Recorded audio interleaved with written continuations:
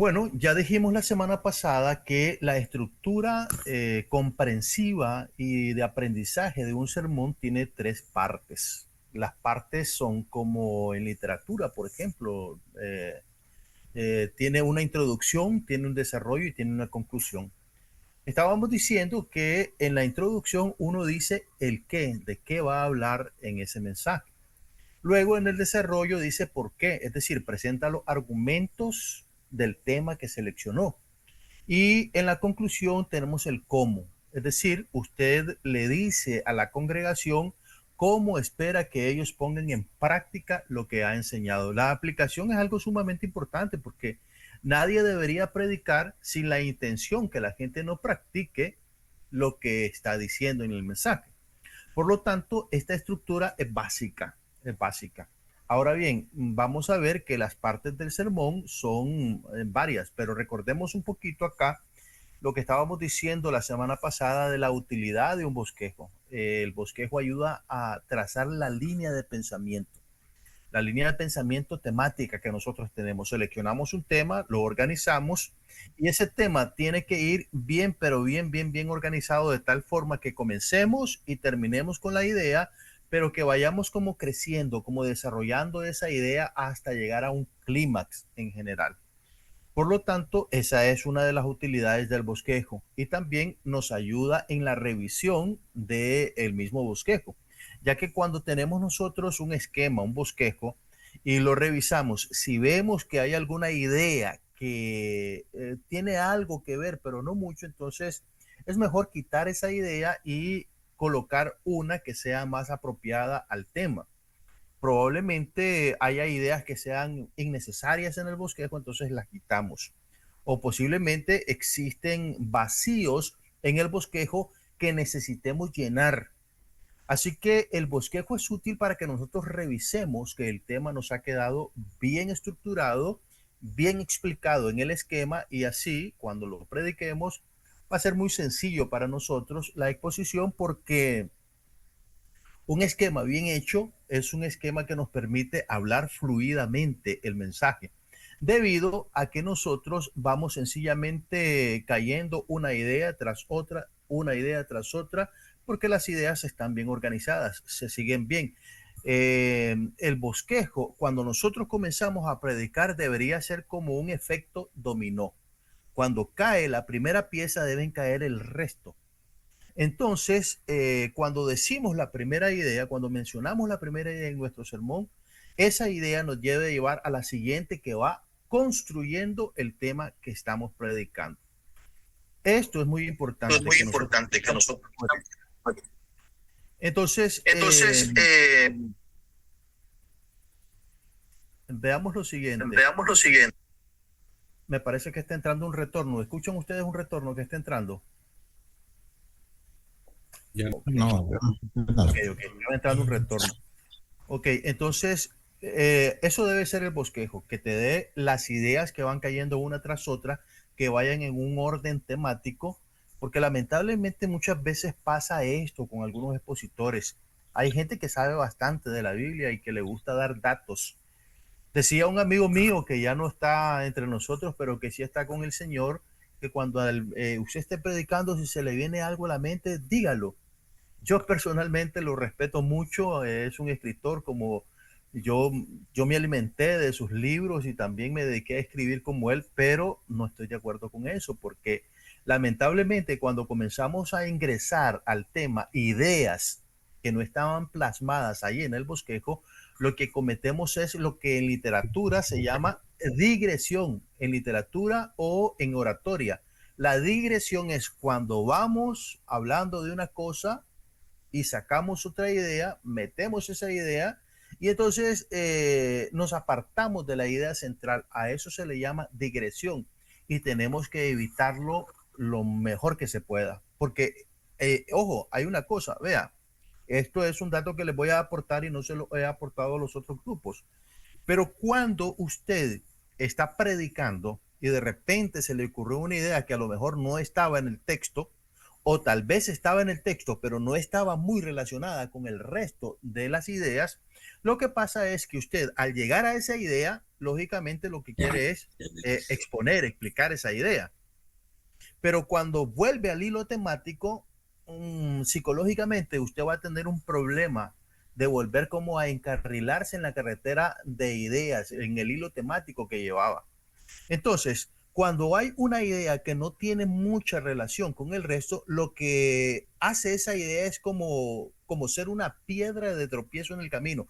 Usted va caminando muy bien, de repente hay una idea que no concuerda mucho, tropieza en ella y cuando intenta volver a su hilo temático, le va a costar. ¿Qué va a pasar después cuando usted ya terminó de predicar, cuando ya llegó a su casa y pensó en el sermón? Va a sentir un poquito de frustración porque sin darse cuenta, esas ideas que usted lanzó ahí en el púlpito, sin que tuvieran mucha relación con la temática central, le causaron la incomodidad de que usted trastabillara en su oratoria.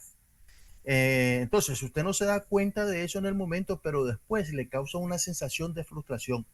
Esa sensación de frustración de que no lo hice bien al predicar es sencillamente porque usted dijo cosas que no eran necesarias decir y tropezó con esas ideas. Ese es un efecto psicológico que no lo van a leer en ningún libro de homilética, pero sí, si aprovechan estas ideas que les estoy dando, les aseguro que si van puliendo bien, van ilustrando, limpiando bien sus bosquejos y los están haciendo bosquejos con economía de palabras, entonces van a lograr hacer un gran trabajo en el púlpito porque van a ser personas que hablan con fluidez, van sobre la carretera de las ideas y no encuentran ningún tropiezo, ningún atajo, van muy bien.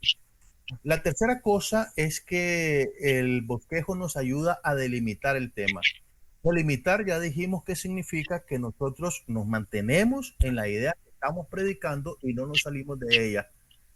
Pero también delimitar significa que de un tema específico selecciono un aspecto de ese tema. Como les dije la semana pasada, si hablamos del amor, el amor es un tema general, pero yo no puedo decir voy a predicar del amor. Bueno, pero ¿qué aspecto del amor vas a predicar?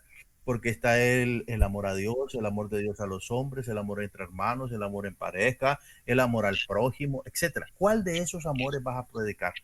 Tienes que delimitar, decir cuál es la frontera de tu tema para que te centres en ese aspecto del tema que decidiste predicar.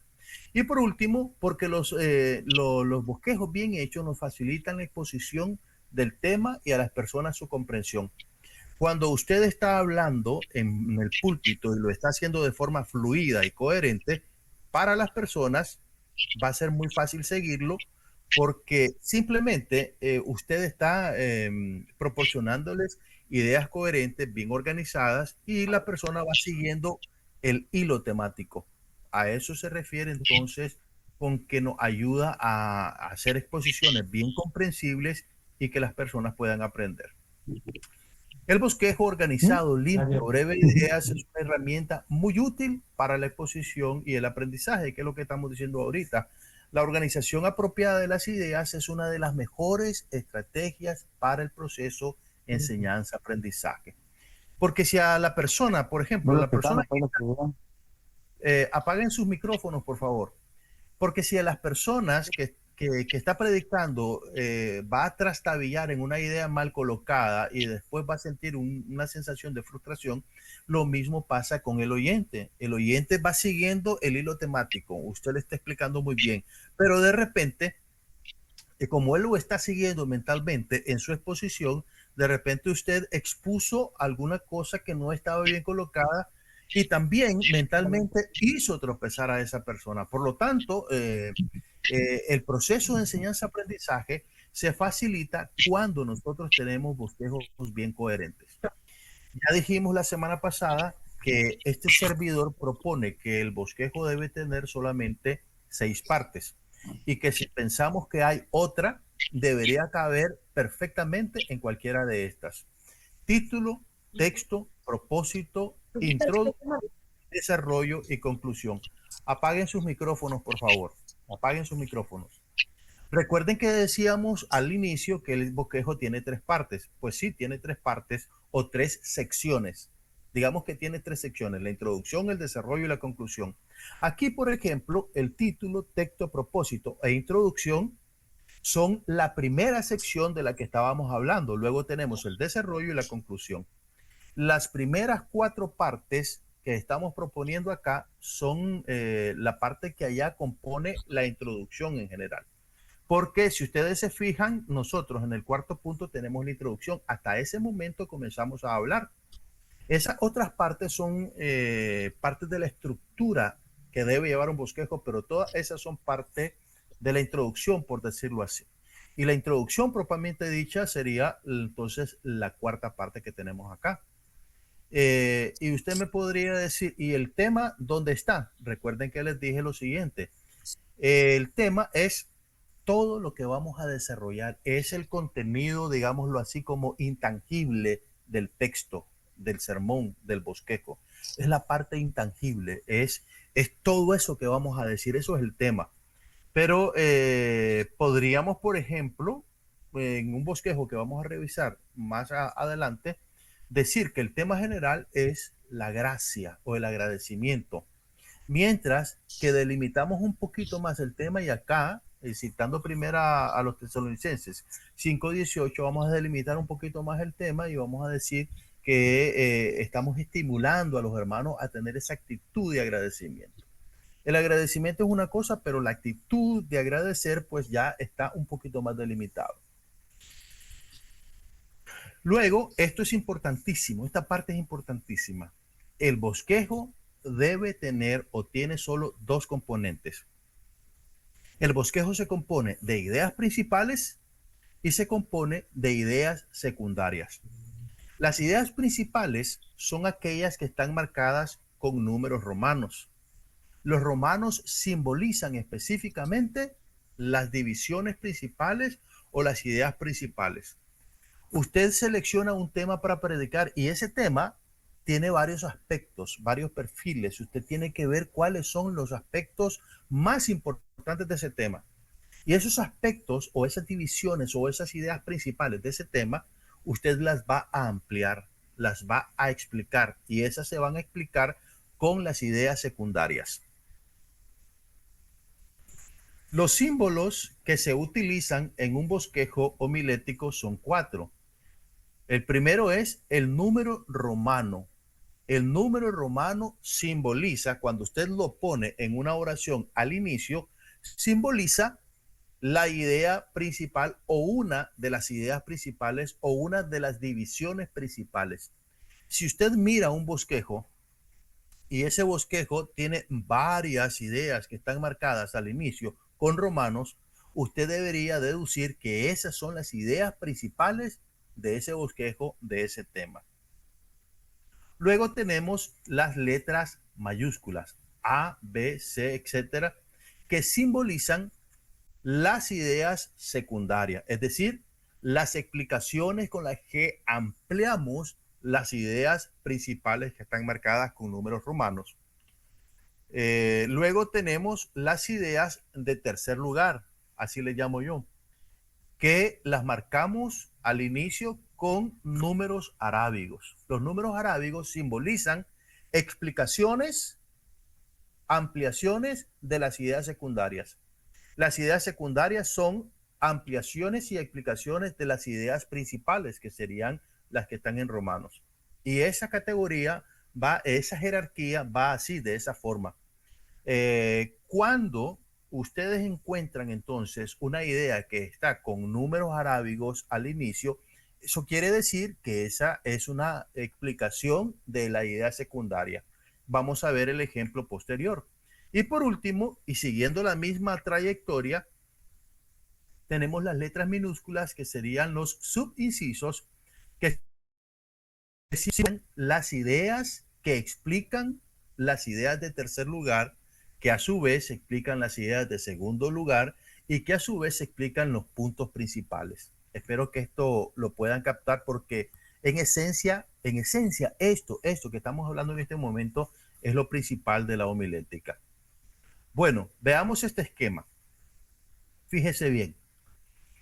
Como hemos dicho, cada idea que tenemos acá tiene un simbolismo y tiene una jerarquía.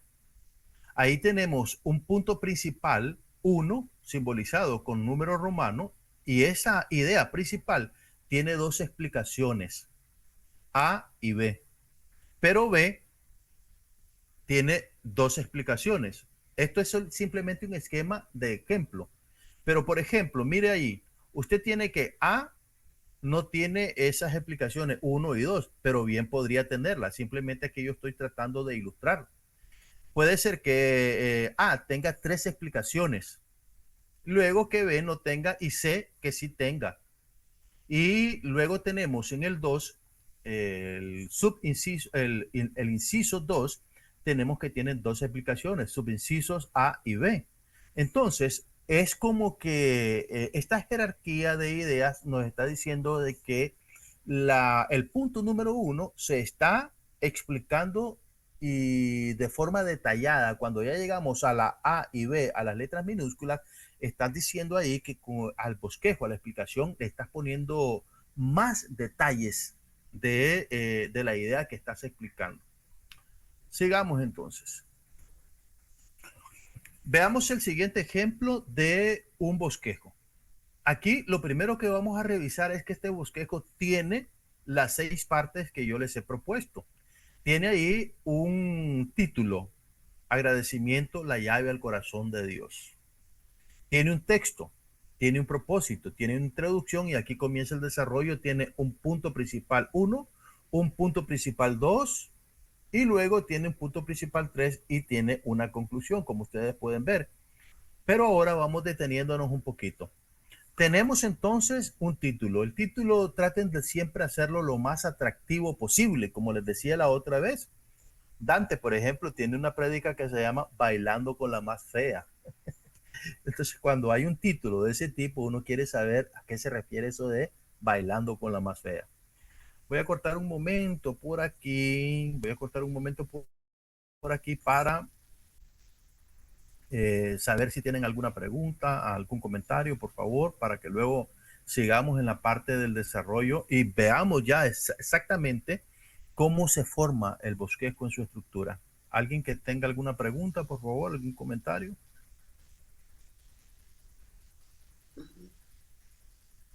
Buenas noches, hermano Bruno. Dígame, sí. Dios le bendiga. Amén, Her- amén. Hermano, le quería preguntar, pues mirando algunos ejemplos de los bosquejos que usted nos dio, pues uno entiende el número romano y todo, pero en algunos puntos del sermón no siempre se van a llevar las letras minúsculas, o sea, pueden haber ejemplos que no manejen todos los procesos, sino más corto dependiendo del tema. Por decir algo, el número, la letra Sí, mayúscula. Y un sí. número o siempre va a tener todo, hay que No, tener no, no, no, todo. no. Sí, no sé si me hice entender, hermano. Sí, esa es una excelente pregunta. A ver, mire, la estructura jerárquica es así.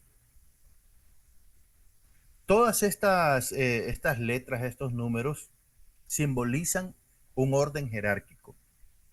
Pero mientras más desciende la simbología hasta llegar a la letra minúscula, esto indica que usted está detallando mucho más las explicaciones de su bosquejo.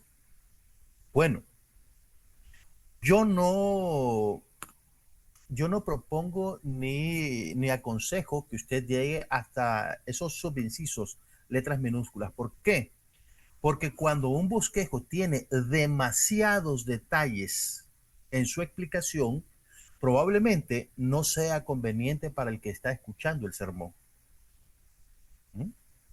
La mente humana, dice un neurólogo, la mente humana, dice John Medina en su libro 12 principios del cerebro, es capaz de retener más o menos unas 7 ideas, 7 conceptos, pero solo va a recordar 3. Por lo tanto, cuando nosotros estamos enseñando, lo mejor es que no seamos tan detallistas en lo que estamos diciendo. Les voy a poner un ejemplo más.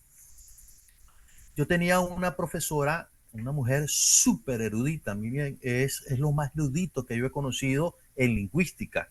la profesora María Auxiliadora Rosales, miembro de la Academia Española de la Lengua Nicaragüense y también premiada con un premio de la Academia, de la Real Academia Española de allá de Europa. Ella hizo un trabajo de fonética y fonología estupendo, de la fonética y fonología nicaragüense. Y la profesora era tan abundante, comenzaba de lo general y se iba a lo particular, de tal manera que usted, cuando comenzaba a escuchar a esa mujer, lo hacía con tanta profundidad que al final, sinceramente, usted no terminaba aprendiendo nada. ¿Por qué? Porque era demasiada la carga de información, demasiados detalles, era una clase riquísima, pero cuando ella comenzaba a explicar y a explicar y a explicar, sencillamente lo que ocurría era que uno se perdía en un mar de ideas. Entonces, un bosquejo debe ser lo más mesurado posible, debe tener economía de palabras y de ideas para que usted pueda ser más potente, más eficaz en la exposición de la palabra. Por lo tanto, digamos, como decía el apóstol San Pablo, prefiero hablar cuántas palabras en un idioma entendible, prefiero hablar 5 palabras que miles y que no me entienda la gente. Este es un mismo concepto que se puede aplicar al bosquejo. El bosquejo no precisamente tiene que llevar todas esas simbologías, no. Depende de la cantidad de ideas que usted tenga, pero también depende del tipo de exposición, porque a lo mejor usted va a hacer una cátedra, por ejemplo. Entonces, va a requerir que en esa cátedra usted explique lo suficiente. Pero sería bueno que usted entienda que usted necesita saber mucho más del tema que va a predicar de lo que tiene escrito. Va a predicar con una cierta cantidad de tiempo, expone las ideas y bueno, usted explica, pero no lo va a poder explicar totalmente todo. Usted necesita tener una buena reserva de conocimientos del tema que está predicando para lograr responder a alguna inquietud que posteriormente pueda surgir en la audiencia. Si es un seminario, por ejemplo, un seminario que debe tener una cierta profundidad, usted necesita abundar en ciertos detalles. Pero en los sermones yo propongo que usted sea más economista, haga más uso de la economía de palabras y de ideas para que sea más eficaz, más eficiente al predicar. Bueno, los bosquejos este dato no lo he puesto en ningún lado, pero los bosquejos en mi libro Homilética para Todos está ese dato. Los bosquejos son de estructura alfanumérica. Alfanumérica porque los símbolos constan de letras y numérica porque cuenta también los símbolos con números. Números romanos y números arábigos. Letras mayúsculas y letras minúsculas. Alfanumérico. Bueno, alguien que tenga alguna otra pregunta, por favor. Gracias, hermana, por su pregunta. Hermano, buenas noches. Adelante. Como hay, creo que hay como 3 tipos de sermones, ¿verdad? En cada sermón sería la misma estructura, o sea, el mismo bosquejo en cada sermón, la misma estructura. Ok, mire. Muy buena pregunta. Sí, la misma estructura. Solamente que hagamos la diferencia que ustedes pueden ver en uno de mis videos. El sermón es una cosa y el bosquejo es otra. El bosquejo es el sermón por escrito. Y el sermón es la exposición. Es cuando usted se pone en el púlpito y explica.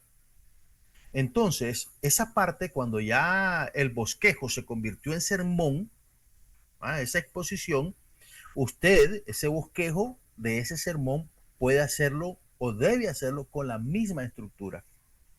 La misma estructura. No importa si es un sermón temático, si es un sermón textual, expositivo, biográfico, no importa. Lo que importa es que usted, a la hora de escribir, de redactar ese sermón, ese bosquejo, usted lo haga con coherencia, respetando que el sermón siempre debe llevar ideas principales e ideas secundarias. En este caso, por ejemplo, Las ideas principales siempre van a ser las que están en números romanos, como ya lo dijimos.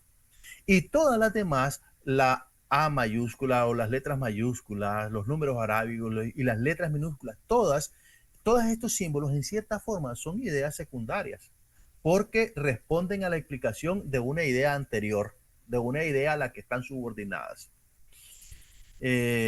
Ahora bien, una explicación más al respecto. Fíjese que, mire, los números romanos que simbolizan las letras o las ideas de mayor jerarquía siempre van a estar completamente a la izquierda del margen. Cuando una idea va a explicar otra, esa idea, en este caso, por ejemplo, la idea secundaria A, B, C, ideas que están marcadas con mayúsculas, letras mayúsculas, esas ideas se van a correr un espacio a la derecha con relación a la idea que están explicando o que van a ampliar. Entonces, A mayúscula, B mayúscula, C mayúscula, todas esas mayúsculas van a correrse un espacio a la derecha porque son explicaciones del punto principal. Y ese espacio a la derecha, cuando usted mire una idea que se haya corrido un espacio a la derecha, como en el modelo del libro que yo les dejé, Sermones que Transforman, ese espacio a la derecha indica una jerarquía, un orden jerárquico, una superioridad jerárquica, que la idea que está más a la izquierda es la idea principal o es la idea que está explicando la idea secundaria que está más a la izquierda. Espero que ustedes tengan bien claro este asunto, porque también por eso les entregué ese libro, Sermones que Transforman, que yo ahí lo ofrezco en Amazon, pero para ustedes mi clase es gratis. Ese libro tiene todos los modelos de lo que yo enseño en homilética. ¿Alguna otra pregunta, por favor?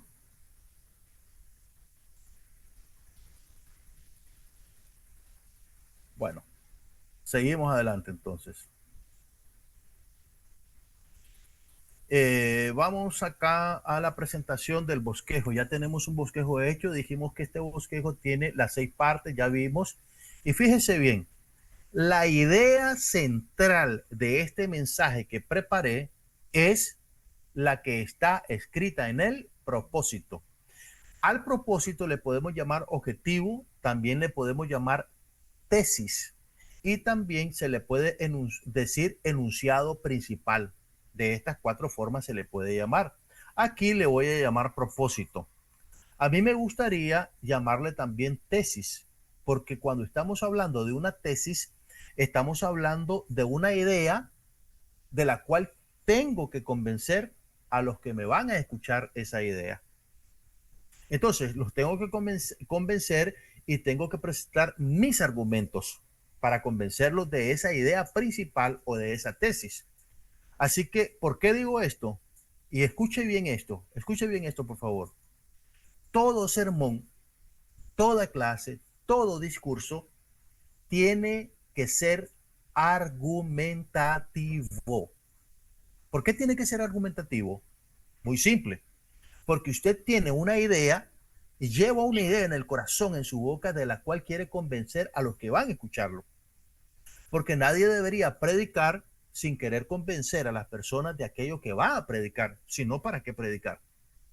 Entonces, salimos a evangelizar, queremos convencer a las personas de que la salvación es por medio de Jesucristo, que se entreguen a Él, que le den su corazón. Queremos hacer eso, porque si no, no salgamos a predicar. Yo tengo el propósito firme de ayudarlos a ustedes con esta clase de homilética para que ustedes, como expositores de la palabra, glorifiquen a Dios a través de que la gente transforme sus vidas cuando los escuchen. Si yo logro aportar un poquito en que ustedes mejoren como predicadores haciendo buenos bosquejos, entonces lo que va a ocurrir es que con sus mensajes ustedes van a colaborar con las personas que los escuchen, porque van a decir, eso es cierto, lo que está predicando este hombre, esta mujer, es ciertísimo. Entonces, las personas pueden tomar la decisión de vivir de acuerdo a las cosas que ustedes les enseñen en el púlpito. Por lo tanto, todo discurso, sea religioso o no, tiene que ser argumentativo. La idea principal es la que está en el propósito y todo lo que va a continuar de esa idea es o son los argumentos que ustedes van a utilizar para convencer a las personas de esa idea central que ustedes están planteando en ese tema. Ok, entonces fíjese bien, la idea principal o el propósito, exhortar a ser agradecidos, comprobando la importancia de esta actitud para gloria de Dios y beneficio nuestro. Mire qué bonito este propósito, está bien organizadito. Exhortar a que nosotros seamos agradecidos. Yo lo que quiero es convencer, animar a los hermanos que practiquemos esa actitud de agradecimiento, porque eso nos va a ayudar, nos va a beneficiar, va a ser gloria para el Señor y a nosotros nos va a servir de mucho. Entonces, todo lo que voy a decir en mi mensaje, a partir de ese momento, tiene que perseguir ese fin.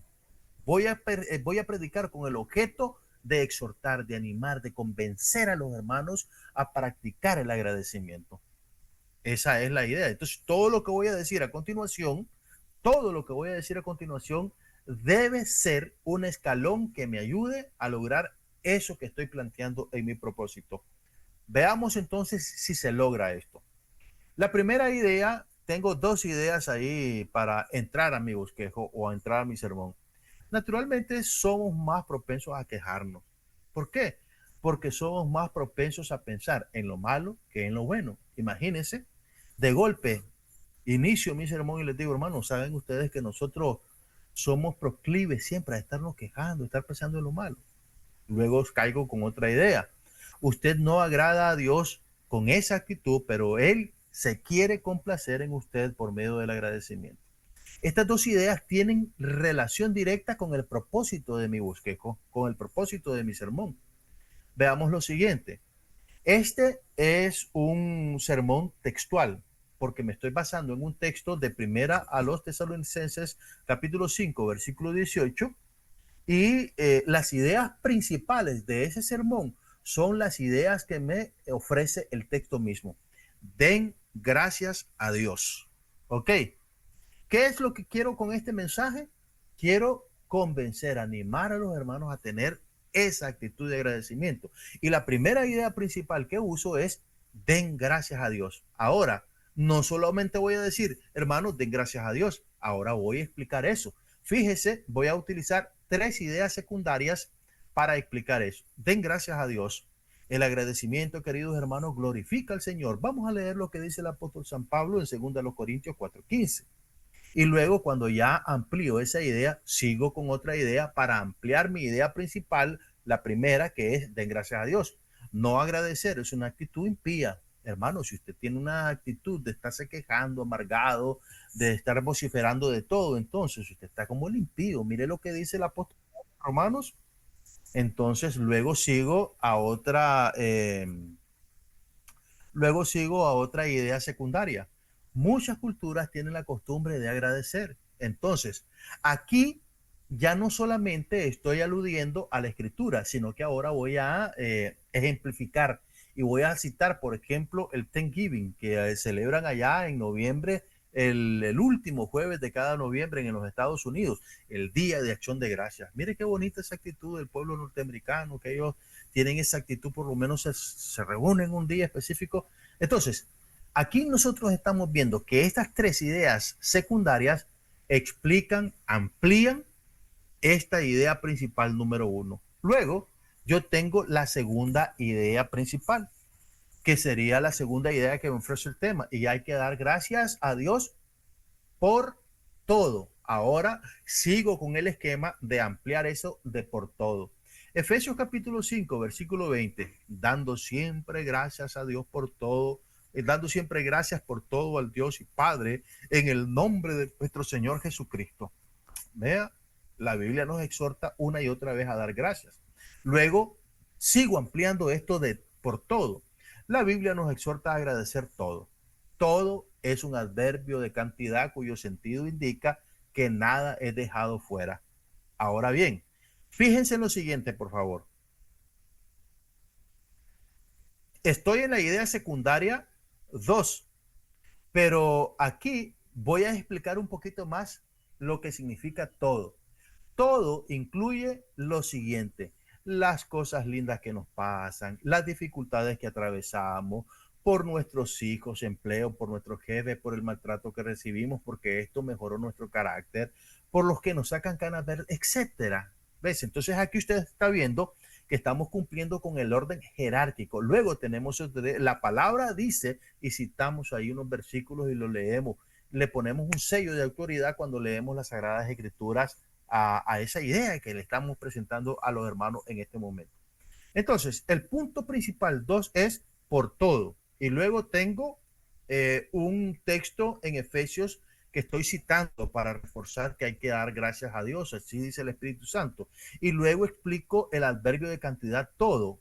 Y cuando voy a explicar el adverbio de cantidad todo, pongo ahí varios ejemplos de que todo incluye cualquier cosa, nada queda excluido de este tipo de agradecimiento. Luego tengo una tercera idea secundaria y esa idea secundaria tiene 6 explicaciones más. Vean, voy detallando un poquito más. Voy detallando esto de todo. Facilítese al agradecer. Piensa en algunas cosas. Mire, por todo. No está enfermo. Eso es parte del todo. Tiene una familia, tiene un cónyuge, tiene alimentos, tiene un techo, tiene un trabajo y mucho más. Tiene quien lo bese, quien lo abrace. Todo esto está implicado. Por todo debemos agradecer.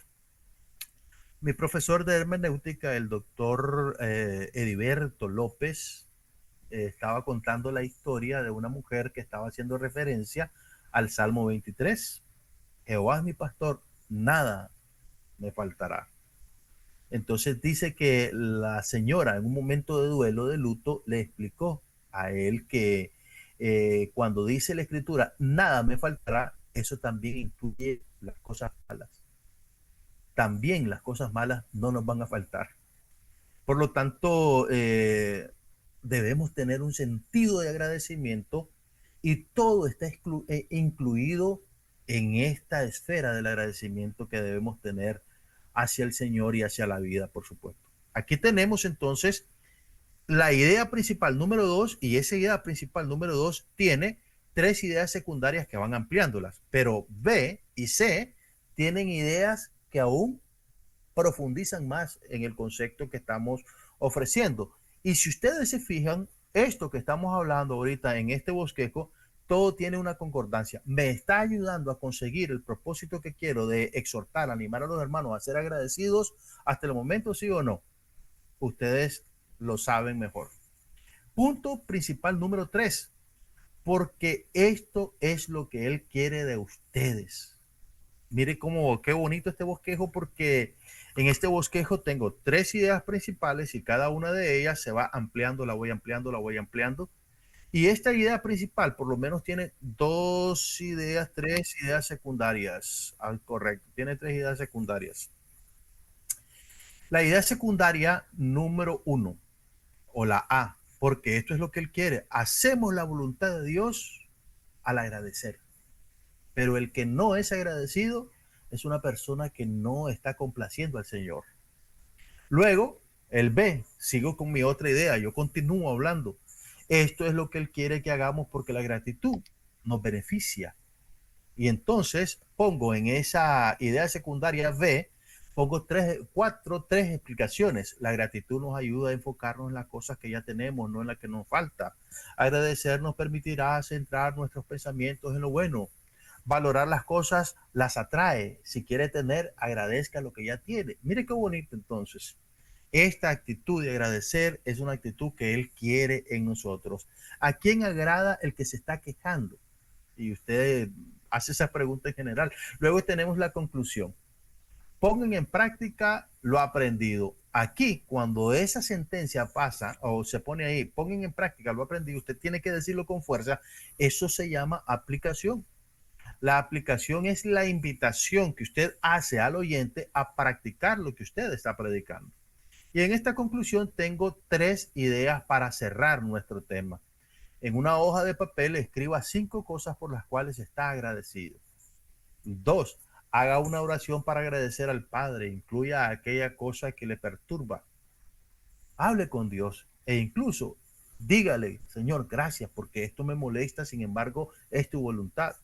Y número 3, decida hoy iniciar un diario de agradecimiento. Mire qué bonito. Este es un mensaje interesante que nos ayuda entonces a ver cómo se va organizando poco a poco y de forma coherente todo esto que nos va a ayudar a lograr el propósito específico que nos hemos planteado en ese bosquejo de sermón o con este sermón. Ahora, para finalizar, quiero decirles lo siguiente, vea, en la introducción y en la conclusión, yo les propongo que ustedes nunca la escriban, ni la introducción, ni la conclusión, ni con números romanos, ni con letras mayúsculas, ni con letras minúsculas. ¿Alguien sabe por qué hago esa propuesta? ¿Alguien tiene alguna idea? Fíjese bien, cuando usted vaya a hacer o a creer algo, siempre tiene que haber un porqué. Pero si ustedes no, es que así me enseñaron, no, eso está malo porque yo no aprendí así. Usted no aprendió nada. Si usted simplemente repite lo que oyó, usted no procesó la información. Aprender significa escuchar, a ver, pensar esto que ha escuchado ahí, conjugarlo con lo que usted ya sabe del asunto, y de estos dos conocimientos, el nuevo y el previo que usted tiene, entonces saca una tercera idea. Eso es aprender. Es también lo mismo cuando leemos. Cuando nosotros leemos, lo que hacemos es recibimos la información de un autor, pero no simplemente absorbemos o aceptamos la idea que nos está dando así simplemente por así. Lo que hacemos es analizar lo que nos está diciendo. ¿Ok? Entonces, usted necesita pues analizar. Y le estoy diciendo esto porque las ideas de la introducción y de la conclusión, yo no propongo que se escriban nunca con números romanos, letras mayúsculas o letras minúsculas. Recuerden que cada una de estas letras o números tienen una simbología jerárquica. ¿Ok? Tienen una ¿Qué simbolizan los números romanos? Ok, las ideas principales, Fuentes. Las ideas Mira, principales. exactamente. Y las que están marcadas con letras mayúsculas simbolizan. La Las ideas idea secundarias. secundaria. O sea, o la Exactamente. explicación Ahora, de las ideas primarias. ok. Ahora bien, escuche bien el razonamiento.